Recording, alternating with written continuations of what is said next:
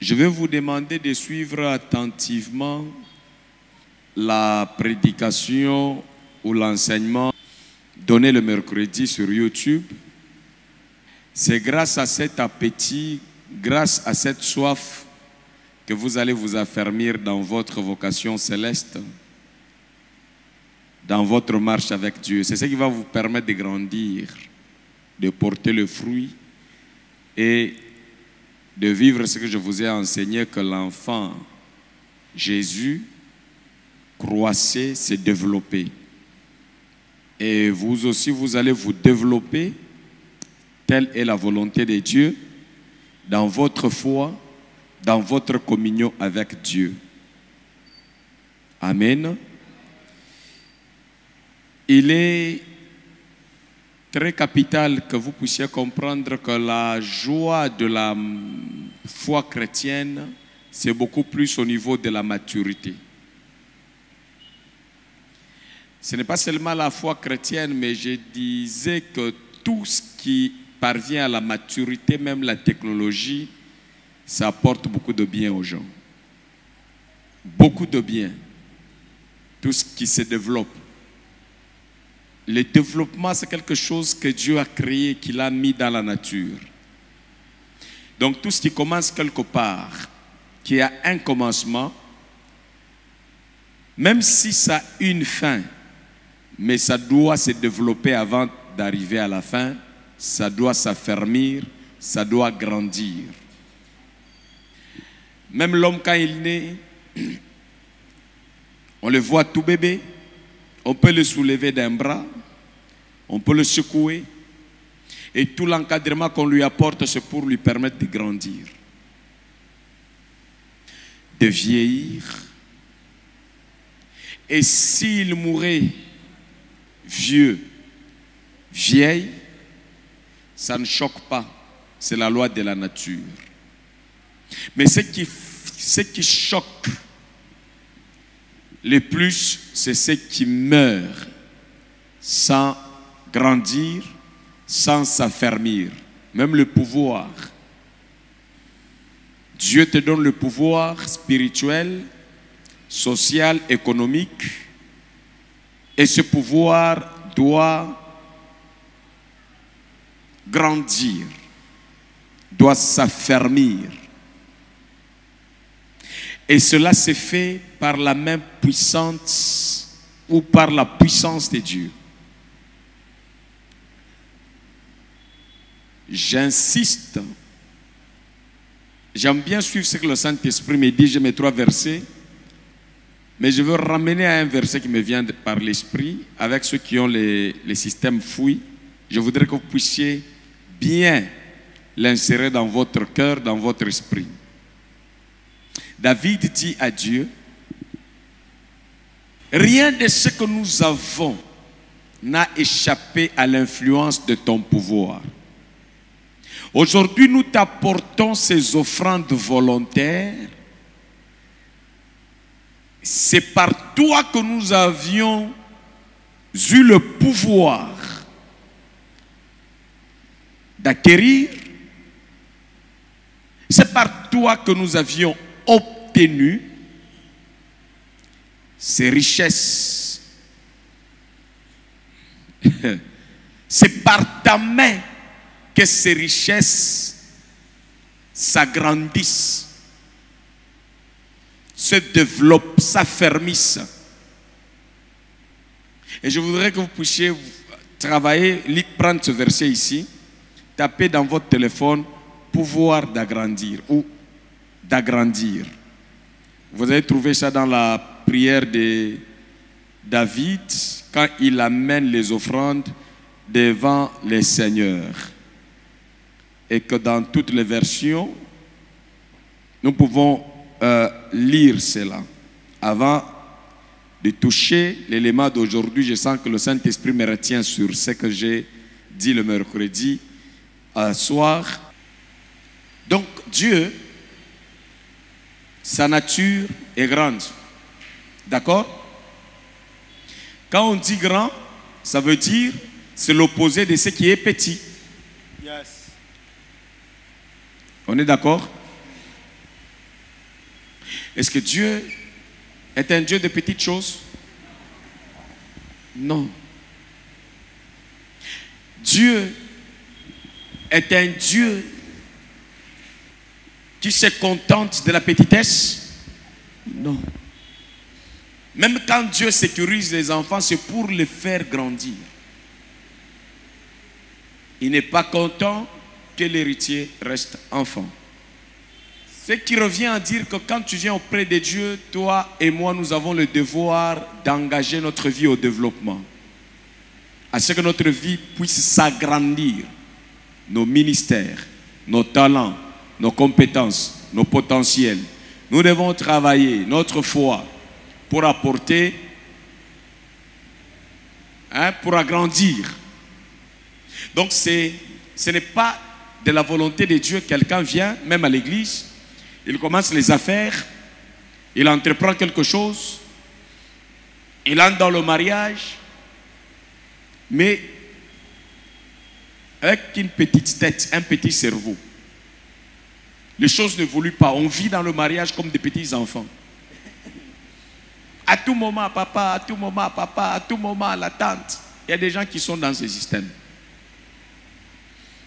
Dieu veut que chacun de nous grandisse, se développe, non seulement dans la foi, mais dans le caractère sacré, dans tout ce que nous allons entreprendre. Mutu na mutu, ayeba que eza devoir na biso, olande la mwana na yo azokolande ngenini. Na ecclesia bandimi bazalaka na mutu na bango que aye na église mutu akolandela ye azate. Eza ko se tromper makasi. Musala ya nzambe na ya pasteur eza ya kotia semence kati na yo pe ya ko veiller que semence wana ekufa te. Semence ya connaissance wana ekola epesa ba résultat. Nde yango wana Yesu aolandela batuna ba preuve matérielle. Aopesa lisese ya mutu moko ayapesi mutu moko 2 pièces d'argent. Mususu ba pesiye 5. Mususu ba pesiye moko. Mais Bible lobi nini ba pesi mutu na mutu pièce selon ba capacité na ye. Wana bilo nyoso boyebi yango ete mi pe mingi. Maître accueilli. Plus tard, maître azongi. Azongi aye kotuna bato apesa ki bango ba pièce d'argent. Alobi bo pesa ngai na ko sala suivi. Soki boye koli loi ya agrandissement ya kokolisa. Donc zamba pesi semence mutu ako aza obligé ya kokolisa pe ya ko affermir semence o ya pesi yo. Zamba pesi yo vie souffle ya bomoi. Ozana responsabilité ya kokolisa yango koma na bompaka. Soki okufi na katikati verset tunamio, jeune homme, pourquoi mourras-tu avant l'âge? Pourquoi tu n'as pas eu la capacité d'agrandir tes jours sur terre? C'est la responsabilité de celui qui a reçu le souffle de vie, la santé, de veiller sur la santé, de se cultiver. Et c'est aujourd'hui que je comprends que tout décès ne relève pas de l'action de Dieu. La plupart des décès relèvent de l'ignorance, de la distraction, de la légèreté avec laquelle nous prenons la vie. Nous croyons que c'est à Dieu de nous surveiller dans certaines ou dans toutes choses. Non. Dans certaines choses qui nous échappent, Dieu nous surveille. Mais dans certaines choses qui sont à notre responsabilité, c'est à nous de nous assumer. Rappelez-vous quand Dieu a vu, a entendu le sang d'Abel crier vers lui. Il est venu poser la question à celui qui était censé agrandir, sécuriser la vie de son frère. C'était Caïn. Dieu descend, il dit à Caïn, Caïn, qu'est-ce qui se passe? J'entends la voix du sang de ton frère. Caïn, dis-moi, pourquoi cette âme ne s'est pas affermie, ne s'est pas agrandie? Pourquoi cette personne est morte? Écoute la médiocrité de l'homme. Qu'est-ce qu'il dit? Il dit à Dieu, suis-je son gardien? Vous voyez, est-ce que c'est moi qui suis la sentinelle de mon frère? Donc pour Dieu, Caïn est né, est sentinelle, est protecteur, doit faire en sorte que la vie de son frère puisse continuer à s'agrandir. Mais cette vie s'est arrêtée par lui-même. Peut-être il se disait que, si dans sa tête il se disait que c'est Dieu qui protège, il pouvait dire que même si je lui fais du mal, certainement Dieu peut le protéger. Alors qu'il n'appartenait pas à Dieu de faire cette mission. Aujourd'hui, frère, c'est une école. J'accepte de partager avec toi la vie, avec toute sa splendeur de l'amour de Dieu. Que tu comprennes que nous sommes responsables de ceux qui nous entourent. Vous allez voir qu'aujourd'hui, il y a guerre à l'Est. Les gens meurent. Mais nous avons des gens ici, à Kinshasa, ça ne le regarde pas. En politique.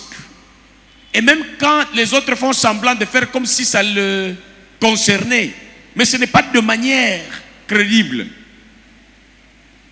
Mais vous allez voir dans d'autres pays, comme on le dit, sous d'autres cieux, quand il y a une situation comme ça, vous sentez que ceux qui meurent là, ceux qui restent en vie sentent que ça les concerne.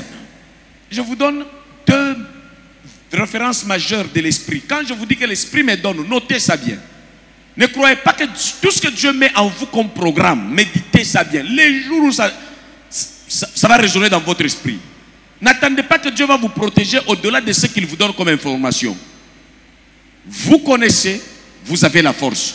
Vous minimisez la connaissance, vous vous affaiblissez. Alléluia. Amen. Et vous sentez quoi? Si vous avez votre enfant dans votre maison, qui ne grandit pas, qui a une grosse tête, ça vous fait plaisir? Le Kisimbi. Donc même au milieu de nous ici, nous sommes menacés par le Kisimbisme. Donc tu vois quelqu'un qui, malgré ce qu'on te prêche, tu ne notes pas, tu ne médites pas, tu ne suis pas YouTube et tu crois que moi je suis ton magicien. Tu vas le regretter, hein? Je ne suis pas ton magicien, il ne faut pas compter sur moi comme il n'est pas prévu dans la parole de Dieu. Il faut compter sur moi conformément à la parole de Dieu. Amen. Si tu veux créer quelque chose, tu veux faire de moi magicien, tu seras déçu. Il n'y a pas autre chose qui va te rendre plus fort que l'amour et l'attachement à la considération à la parole de Dieu. Il y a des phrases qui sont très... Écoutez, les deux versets que je vous donne, hein, l'introduction que je viens de faire, je n'ai jamais prêché comme ça. Le peu que je viens de vous dire, depuis que j'ai commencé le ministère, c'est la première fois que j'ai une compréhension même sur Caïn et Abel. Et ce sont des choses qui peuvent aider l'homme spirituellement, socialement, politiquement. Tu peux devenir président de la ministre. Tu comprends que ce langage est applicable au travail, dans ta maison. Ça va t'aider à sécuriser tes enfants, ta famille. Ça va t'aider à sécuriser ton mari, ton foyer, ta femme. Ça va t'aider à sécuriser tout ce qui se trouve à tes côtés. Parce que tu comprends que c'est ta responsabilité. Et Dieu travaille avec nous comme ça. Malheureusement, certains d'entre nous sont comme des Caïns qui disent à Dieu, suis-je son gardien? S'il meurt, il y a quoi de moi là-dedans? Donc, Abel est arraché à la vie tout jeune. Il n'est pas devenu grand. Il n'a pas laissé une femme, il n'a pas laissé les enfants. Alors la volonté de Dieu vient. Pourquoi cet homme ne s'agrandit pas? La vie s'arrête. Il pose la question à son prochain.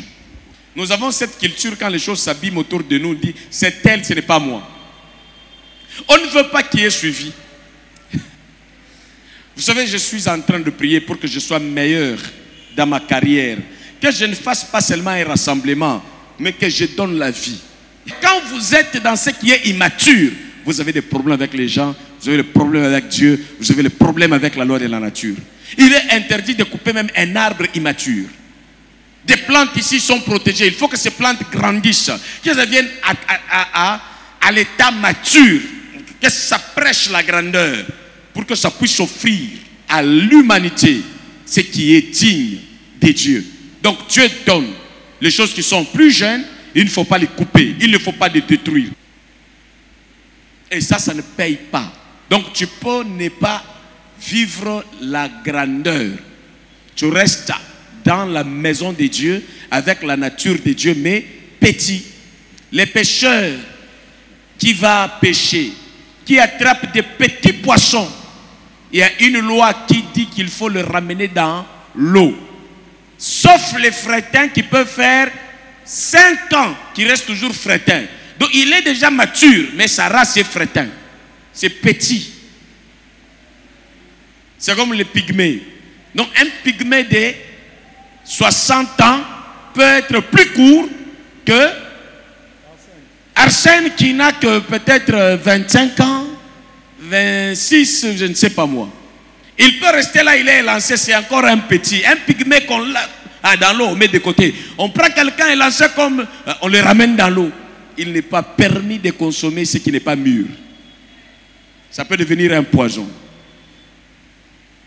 C'est comme ça que même la loi interdit ceux qui veulent sortir avec les mineurs. On t'attrape avec une mineure, on t'arrête. La loi même naturelle interdit ça.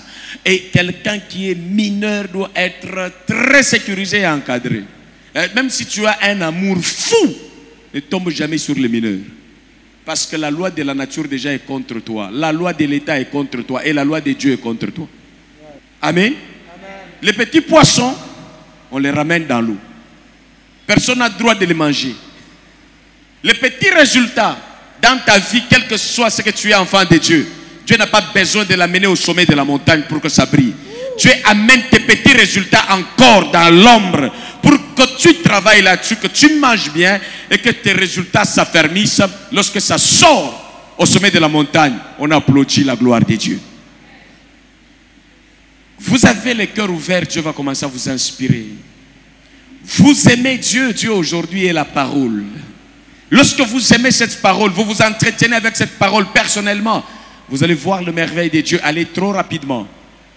Alors, j'ai rappelé 3 faits. Jésus donne, dit, le maître donne 2 pièces, plus tard il revient, il dit, toi je t'ai donné 2 pièces. Fais-moi les rapports. Tu as agrandi ou bien tu n'as pas agrandi? Or, celui qui en avait reçu 2 présente 4. Celui qui en avait reçu 5 présente 10. Voyez la loi d'agrandissement, c'est montrer devant Dieu et Dieu agrée. Il va vers celui qui avait reçu 1 pièce. Il lui dit, et toi? Celui-là dit, non, moi je sais épargner. Je n'ai pas volé, je n'ai pas détruit, mais j'ai laissé ce que tu m'as donné à l'état où tu m'as donné. Ça ne s'est pas développé, ça ne s'est pas multiplié, ça ne s'est pas grandi. Et comment Jésus va les qualifier? Il dit, mauvais serviteur. Donc on va t'arracher ce que tu as, on va ajouter à ceux-là qui savent qu'il faut agrandir. Dans la vie, il est dit que nous irons de gloire en gloire, de succès en succès. Quand tu fais un succès, tu dois chercher un autre succès. Amen.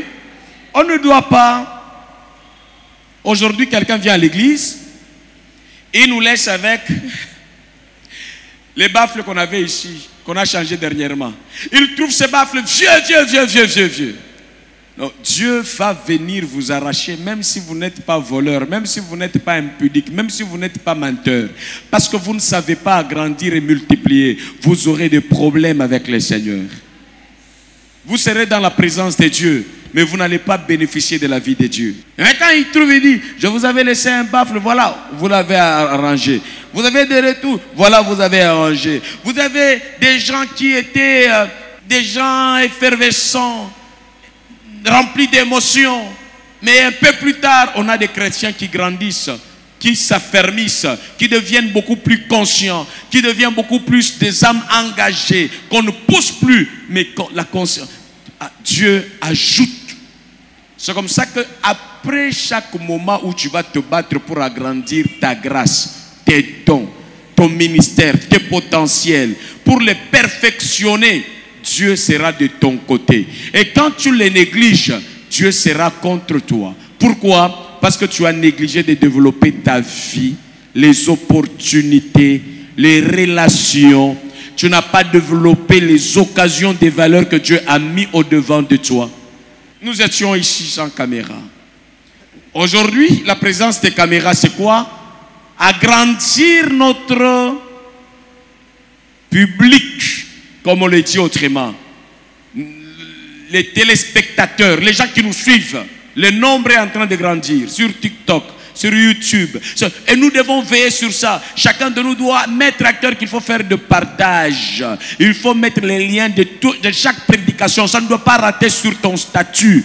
Il y a des gens qui vont commencer à regarder, ils vont trouver intéressant un jour, ils vont chercher à te joindre. Même si ça fait 1 année, 2 ans, quelqu'un pourra être béni par Dieu à travers les statuts que toi tu places. Alors si tu ne sais pas te développer, commenter, écrire, inviter les gens même sur ton statut, tu ne te développes pas. Je parle d'agrandir, de développer à tous égards. Amen. Et chacun de nous, à son niveau, va faire son rôle. Si Dieu n'a pas agrandi la vie d'Abel et qu'il appartenait à Caïn d'agrandir, de jouer à ce que la vie de son frère s'affermisse, devienne grande, atteigne la vieillesse. Si Dieu, cela n'était pas sa responsabilité, vous croyez que même à l'église ici, toute la responsabilité de l'église me revient moi? Non. C'est comme ça qu'il y a des choses, je vous dis ça, ce n'est pas moi. Ici, c'est moi. Même Dieu a dit que si c'est Caïn qui devrait jouer ce rôle, c'est comme ça que chacun doit être meilleur à son niveau.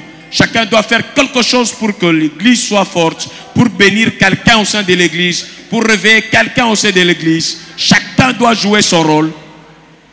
Chacun doit se multiplier. Je dois voir les chrétiens qui ont mon ADN spirituel, l'ordre, l'excellence, la propreté, la discipline, le charisme, l'amour de la parole de Dieu, l'amour de l'œuvre de Dieu. Tu ne peux pas être, oh non, Dieu de la grandeur, je crois dans la grandeur. Et puis tu prends les vœux à l'église, tu ne donnes pas. Si viens un peu, je t'ai écouté dans la prière, tu prophétises la grandeur. Maintenant pour donner, tu donnes avec médiocrité. Et puis tu te fâches. Tu te fâches pourquoi? On t'a pris à tes mots. Tu vas te fâcher pourquoi? Non, il faut me laisser libre. Libre comme le Seigneur, pas libre comme le diable. Amen. Oyo koti na armée, batu batambola gaboy, yo koti ozo sala boy. Et puis batu ni yo le bito libre, nyolo chama kolona ngela. Eso la gaboy te. Ce qui est sobande kokola mwana nzambe. Aokola na apparence, aokola pe na kati. Yo okola te. Yebisa mtu aza pene na yo, alobi bon. Elongo na Yesu na dadi awa. Tolinga te tokola kaka. Mbamba na kokola. Na kombo na Yesu. Amen. Alors le verset que j'allais vous donner, les 3 versets, je les garde. Dieu me les a donnés peut-être pour me préparer dans les matinales ou bien dans les jours qui viennent. Je termine avec vous seulement sur ça, ce que nous lisons maintenant. 1 Chronique, chapitre 29. Nous pouvons commencer par le verset 10 jusqu'au verset 14. Vous savez, moi-même, je me pose la question. Depuis que j'ai commencé à prêcher, est-ce que je progresse? J'enseigne bien? Si on vous met le film de quand j'avais commencé la prédication, j'étais comme un singe sur un arbre. J'ai sauté, mais je ne disais rien. Je faisais beaucoup de bruit.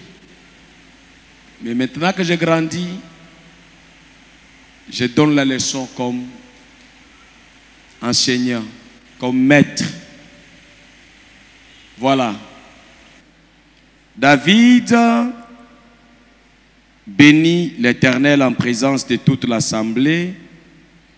Il dit, béni sois-tu d'éternité en éternité, éternel Dieu de notre Père Israël.